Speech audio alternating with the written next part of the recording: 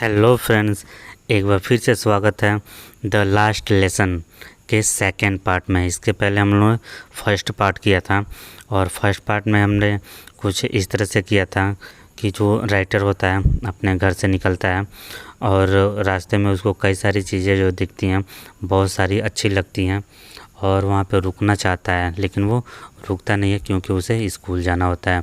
जब वो आगे बढ़ता है तो एक बुलेटिन बोर्ड दिखाई देता है और उस बुलेटिन बोर्ड में वो देखता है कि बहुत सारे बुलेटिन बोर्ड के आगे बहुत सारा भीड़ इकट्ठा हुआ होता है और वहाँ पे एक लोहार उसे बुलाता है जो अपने सहायक के साथ खड़ा होता है। तो उसे ऐसा लगता है कि वो उसका मजाक उड़ा रहे हैं क्या, जब वो ये बोलते हैं कि इतनी जल्दी स्कूल मत जाओ, तुम्हें इतनी जल्दी स्कूल जाने की ज़रूरत नहीं है। तो इस तरह से ये स्टोरी आगे बढ़ती है और उस दिन उसको सब कुछ ऐसा लग रहा होता है कि आज संडे का दिन है। और संडे का दिन उसे ऐसा क्यों लग रहा होता है, क्योंकि और भी दिन जब वो स्कूल जाता है तो देखता है कि सब काफ़ी शोरगुल हो रहा होता है, लेकिन उस दिन कोई सा भी शोरगुल नहीं हो रहा था। और जब वो खिड़की के अंदर वो झांक के जब वो देखता है तो कुछ गांव के लोग वहाँ पे बैठे होते हैं पीछे वाले बेंचेस पे। और जिस बात का उसको डर था कि एम हेमल उसे डांटेंगे, लेकिन ऐसा कुछ भी नहीं होता है। एम हेमल उसे बहुत ही प्यार से बुलाते हैं और उसको उसके सीट पर बैठने के लिए कहते हैं। और इस तरह से एम हेमल उनको बताते हैं कि ये जो आज का जो लेसन है वो लास्ट लेसन है। अब क्यों है, फर्स्ट पार्ट में हम लोग पूरा पढ़े हैं, फर्स्ट पार्ट में आप लोग ज़रूर देख लीजिएगा, मैं डिस्क्रिप्शन में उसका लिंक भी दे दूँगा। और आज हमें पढ़ना है यहाँ से, जब वो बताते हैं कि आज आप लोग का लास्ट लेसन है, इसको ध्यान से पढ़िएगा। जब इस बात को जब राइटर सुनता है तब वो क्या कहता है, my last lesson, my last French lesson, why, ये मेरा लास्ट फ्रेंच लेसन है, क्यों? I hardly knew how to write, मैं बहुत ही मुश्किल से अभी नहीं सीख पाया था कि लिखते कैसे हैं। I should never learn any more, अभी तो मुझे बहुत कुछ सीखना बाकी था। I must stop there then, तो मुझे यहीं पर रुकना होगा। Oh how sorry I was for not learning my lesson, मैंने तो अपना लेसन भी अभी तक नहीं सीखा था। फॉर शेकिंग बर्ड एग और going sliding on the jar, और मैं तो चिड़ियों के पीछे और अंडों के पीछे मैं पड़ा रहा। और जार, SAR सार मतलब यहाँ पे है एक नदी का नाम है, मैं नदी के किनारे इधर उधर भटकता रहा। My books that had seemed such a nuisance a while ago, so heavy to carry, my grammar and my history of the saint were old friend now that I could give up।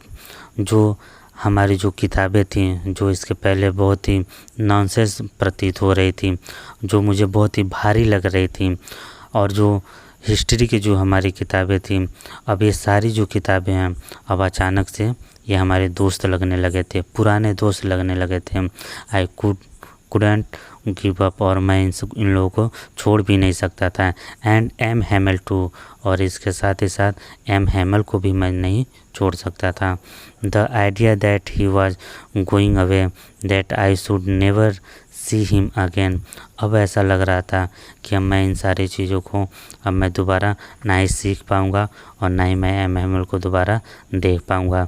Made me forget all about his ruler and how cranky he was, मैं उन सारी चीज़ों को भूल गया था जब मैं ये बात सुना था। यानी राइटर यहाँ पे ये कहना चाहता है कि जब मैं ये बात सुना था कि ये हमारा लास्ट लेसन है, तो मैं एम हेमल के बारे में जो मैं सोचता था वो मैं सारी चीज़ें भूल गया था। क्या क्या सोचते थे? फॉरगेट ऑल अबाउट रूलर, वो कैसे हमें मारते थे, and how cranky he was, और वो कितने रूड थे, मैं इन सारी चीज़ों को भूल गया था। पुअर मैन, बेचारे आदमी, ये एम हेमल के लिए कह रहा है, बेचारे आदमी। He was in honor of the last lesson that he had put on his fine Sunday cloth, now I understood। अब इसी के सम्मान में ये उनका लास्ट लेसन था और इसी के सम्मान में वो संडे वाला क्लोथ पहन के आए थे, यानी जो प्राइज़ वाले दिन वो पहनते थे। एंड नाउ आई अंडरस्टूड, और अब मुझे समझ आया, why the old man of the village were sitting there in the back of room. अब मुझे समझ आया कि जो गांव के जो लोग हैं वो क्लास के पिछले वाले हिस्से पे वो क्यों बैठे हैं, यानी पिछले वाले बेंच पे वो क्यों बैठे हैं। It was because they were sorry to that they had not gone to the school more. वे लोग भी अपने आप को सॉरी फील कर रहे थे जो कभी स्कूल, यानी आज तक स्कूल कभी नहीं गए थे। It was their way thanking our master for his 40 years और faithful service and of showing their respect for the country that was there no more. ये उन लोगों का अपना तरीका था, यानी जो गांव के जो लोग थे उनकी बात कर रहा है कि उन लोगों का अपना तरीका था थैंक्स कहने का, जो थैंक्स उनको कहने का जो 40 सालों से अपनी सर्विस दे रहे थे, यानी 40 सालों से फ्रेंच पढ़ा रहे थे, और उनको देने का, उनको रिस्पेक्ट देने का था जो उनके देश को, उनको देश को भी रिस्पेक्ट देने का था, वह देश जो उनका अब नहीं रहा। यहाँ पे लिखा है दैट वाज देयर नो मोर, वह देश जो उनका अब नहीं रहा। While I was thinking of all this, जब मैं इन सारी चीज़ों के बारे में सोच रहा था, I heard my name called, मैंने सुना कि मेरा नाम बुलाया जा रहा है। It was my turn to recite, और अब ये मेरी बारी थी बोलने की। रिसाइट मतलब होता है जैसे पोएम होता है, पोएम को पढ़ा जाता है उसको भी रिसाइट कहते हैं। What would I not have given to be able to say that dreadful rule for the participle all through, मैंने क्या क्या नहीं किया इस भयानक पार्टिसिपल के नियम के लिए। Very loud to clear and without one no mistake, और लाउड टू क्लियर यानी लाउड एंड क्लियर में और भी तेज़ बोलने की और स्पष्ट बोलने की कोशिश किया। एंड विदाउट वन मिस्टेक यानी उसके बिना कोई गलती किए इसका कोशिश किया। बट लेकिन I got mix up on the first word and stood there holding on to my desk, लेकिन मैं नहीं बोल पाया, यानी पहला शब्द बोला उसके आगे मैं कुछ नहीं बोल पाया। एंड स्टूड देयर, और वहीं पे खड़ा रहा। होल्डिंग टू माई डेस्क, मैं अपने डेस्क को पकड़े हुए। माई हार्ट बीटिंग, जो मेरा हृदय था वो तेज़ धड़कने लगा। And not daring to look up, और हिम्मत नहीं हो रही थी ऊपर देखने की। आई हियर्ड एम हेमल से टू मी, मैंने सुना कि एम हेमल मुझसे कुछ कह रहे हैं। आई वुडंट स्कोल्ड यू, वो बहुत ही पोलाइटली क्या कहते हैं कि मैं तुम्हें डांटूंगा नहीं। लिटिल फ्रेंच मैं तुम्हें डांटूंगा नहीं। You must feel bad enough, तुम ज़रूर बुरा महसूस कर रहे होगे। सी हाउ इट इज़, ये तुम खुद देख लो। Every day we have said to our self, वाह I have plenty of time, प्रत्येक दिन हम लोग यही बात अपने आप से कहते रहे कि छोड़ो हमारे पास तो बहुत ज़्यादा समय है। आई लर्न इट टुमारो, हम लोग इसको दोबारा कल सीख लेंगे। And now you see where we have come out, और अब तुम देख सकते हो कि हम लोग कहाँ पे आ गए हैं। That the great trouble with Alsace, see put off learning till tomorrow, ये जो एल्जेस है इसकी यही परेशानी है कि सारी चीज़ों को सीखने के लिए कल पे छोड़ देती है। Now those fellow out there will have the right to say to you how is it you pretended to be Frenchman and at you can neither speak nor write on language. और अब उन लोगों को, किन लोगों को, जो German के रहने वाले थे, उन लोगों को तुमने कहने का एक बहाना दे दिया है कि तुम तो फ्रेंच लैंग्वेज वाले हो, लेकिन French language neither speak nor right your on language, तुम ना ही अपने लैंग्वेज को लिख सकते हो और ना ही तुम बोल सकते हो। But you are not the rest, लेकिन तुम इतने बुरे नहीं हो। पुअर लिटिल फ्रेंच, बेचारे लिटिल फ्रेंच, सिर्फ तुम ही इतने बुरे नहीं हो। We have all a great deal to reproach ourselves with, हम सभी लोगों के पास कुछ न कुछ कोसने के लिए है। Your parents were not anxious enough to have you learn, तुम्हारे जो माता पिता थे वो ये नहीं चाहते थे कि तुम कुछ सीखो। They prefer to put your to work on a farm और एट द मिल, वो ये चाहते थे कि तुम किसी फार्म में या किसी मिल में काम करो। So as to have a little more money, ताकि तुम कुछ पैसे कमा सको। एंड आई, और मैं, एम हैवेल कहते हैं, और मैं, I have been to blame also, मैं भी तो इसका दोषी हूँ।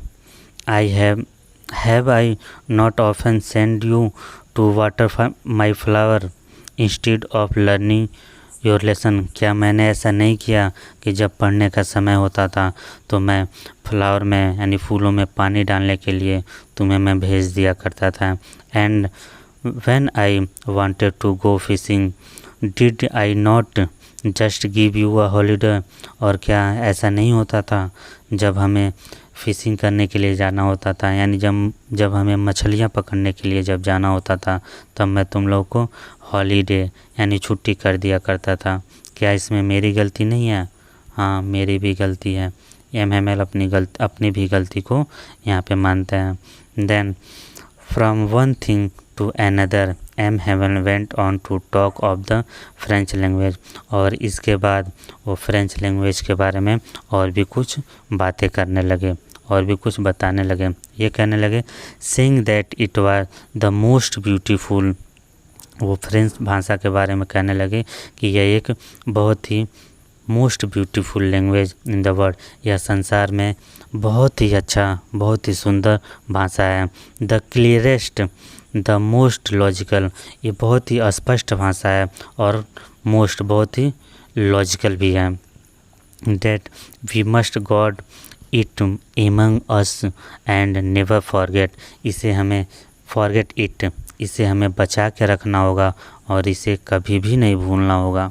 बिकॉज, क्योंकि when a people are enslaved, जब आदमी गुलाम हो जाता है, as long as they hold fast to their language, it is if they had the key to their prison, तो वही उसका, जब आदमी गुलाम हो जाता है, यहाँ पे ये राइटर ये समझाना चाहते हैं कि जब आदमी गुलाम हो जाता है तो वही उसका भाषा ही होता है जो उसका चाबी होता है, यानी अपने भाषा को कभी भी नहीं भूलना चाहिए। वहाँ पे ये चीज़ बताना चाहते हैं। Then he open a grammar and read us our lesson, फिर उसके बाद वो ग्रामर खोले और हम ग्रामर पढ़ने लगे। I was amazed to see how well I understood it, और उस दिन मैं यह देख के बहुत ही ज़्यादा आश्चर्यचकित था कि आज मुझे कितना अच्छे से समझ आ रहा था। All he said seem so easy, और सारी चीज़ें ऐसा प्रतीत हो रही थी कि कितनी आसान है, कितना आसान है।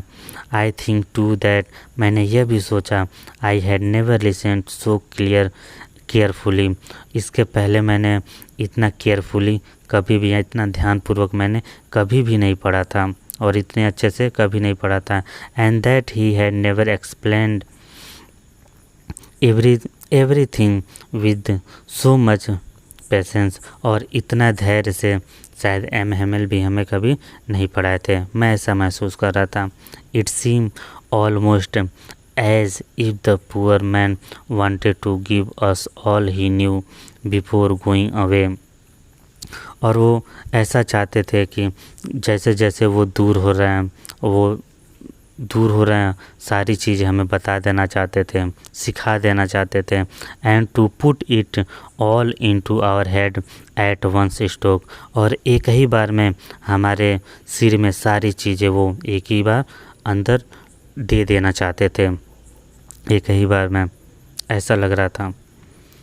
आफ्टर द ग्रामर के बाद we had a lesson in writing, हमने राइटिंग का एक लेसन लिया। That the M Hamel had new copy for us, और उस दिन हमारे लिए एम हेमल नई कॉपियाँ लेके आए थे। Written in beautiful round hand French Alsace, जिसमें गोल गोल करके हाथों से लिखा हुआ था French Alsace. They looked like little flag floating everywhere in the classroom, और ऐसा लग रहा था कि जो फ्रांस का जो झंडा था वो हमारे क्लासरूम के चारों तरफ लहरा रहा था। Hang from the rod at the top of our desk, और ऐसा लग रहा था कि वो जो झंडा है वो हमारे डेस्क के सामने खड़ा हुआ है, लटकाया गया है, और चारों तरफ वो झंडा लहरा रहा है। You ought to have see how everyone set to work, और वहाँ पे आप, ये हम लोगों को कह रहा है यू ऑज, ये आप लोग को देखना चाहिए था कि सारे लोग किस तरह से वहाँ पे अपने अपने काम में व्यस्त हैं, यानी कितने अच्छे से सारे पढ़ रहे हैं। And how quiet it was, और कितना शांत माहौल था उस वक्त। The only sound was the scratching of the pen over the paper, और सिर्फ एक ही आवाज़ सुनाई दे रही थी, और वो क्या थी? स्क्रैचिंग ऑफ द पेन, यानी पेन के चलने की आवाज़ सुनाई दे रही थी। ओवर द पेपर यानी पेपर पे पेन के चलने की सिर्फ वही आवाज़ सुनाई दे रही थी। वंस सम बिटल्स फ्लेव इन, और कुछ कीड़े, बिटल्स मतलब होते हैं, ये एक प्रकार के कीड़े हैं, कुछ कीड़े क्लासरूम के अंदर आ गए। But nobody paid attention to them, लेकिन उन कीड़ों के ऊपर कोई भी ध्यान नहीं दिया। Not even the littlest ones, और उस क्लास में बच्चों छोटे छोटे बच्चे भी बैठे हुए थे, और उनको कह रहा है कि यहाँ तक कि जो छोटे छोटे बच्चे बैठे थे वो भी उनके ऊपर ध्यान नहीं दिए। Who work right on tracing their fish hooks, और जो छोटे छोटे बच्चे थे वह फिश हुक्स बना रहे थे, यानी मछलियों को पकड़ने वाला जो कांटी होता है वो चीज़ बना रहे थे। वो बच्चे भी उसके ऊपर ध्यान नहीं दिए। As if that was French too, और ऐसा लग रहा था कि जैसे वो भी एक फ्रेंच का हिस्सा है। On the roof the pigeons good very low, और जो पिजन यानी जो कबूतर थे, वो छत के ऊपर जो कबूतर थे वो भी धीरे धीरे घुटुरगु कर रहे थे। And I thought myself, और मैं अपने आप से सोचा, will they make them sing in German even the pigeon, क्या वो लोग इन कबूतरों को भी जर्मन सिखा देंगे? यानी वो जो जर्मनी के जो लोग हैं जो इस देश को जीत लिए थे, वो उनको कह रहा है कि क्या वो लोग इन कबूतर को भी जर्मन सिखा देंगे। Whenever I look up from my writing, I saw M. Hamel sitting motionless in the chair. जब मैं अपना सर उठा करके देखा तो जो एम हेमल थे वो बिना हिले डुले चारों तरफ देख रहे थे, यानी चेयर से वो चारों तरफ देख रहे थे। Engaging first at one thing और देन द अनदर, और एक के बाद एक चीज़ों को वो बहुत ही ध्यान से वो देख रहे थे। As if he wanted to fix in his mind just how everything looked in that little school room, और मानो ऐसा लग रहा था कि वो अपने दिमाग में इन सारी चीज़ों को, इस छोटे से स्कूल का जो रूम था, इसमें जो भी चीज़ें दिखाई दे रही थी, इन सारी चीज़ों को अपने दिमाग में बैठा लेना चाहते थे। Fancy for 40 years he had been there in the same place. वो देखो 40 सालों से वो 40 सालों से इस जगह पे थे, इस जगह पे वो 40 सालों से थे। With his garden outside the window and his class in front of him, और इसी क्लास के बाहर गार्डन आउटसाइड विंडो, और जो बगीचा था यानी खिड़की के बाहर जो बगीचा था वो सारी चीज़ें इनके पास थी, यानी इसी से जस्ट लाइक दैट जिनको बहुत ज़्यादा पसंद करते थे।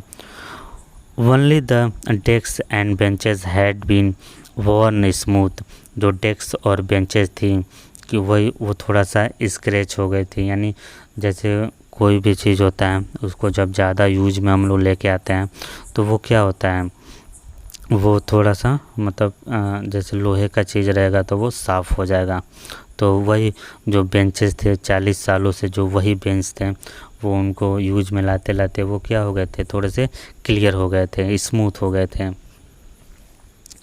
The the walnut tree in the garden were taller, जो अखरोट का जो पेड़ था वो बड़ा हो गया था।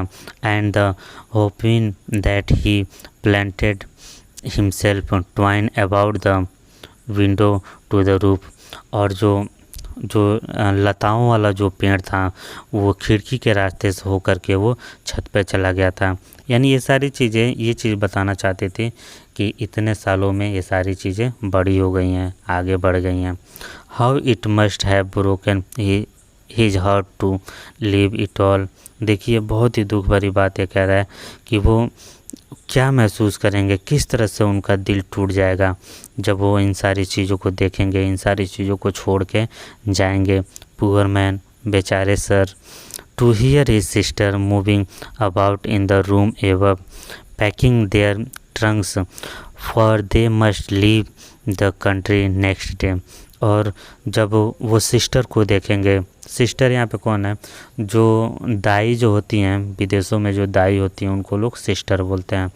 और उनको कैसा लगेगा जब उनके सिस्टर उनके सामान को पैक करेगी और वो अगले ही दिन वो अपने देश को जाने वाले होंगे, तो वो कैसा महसूस करेंगे।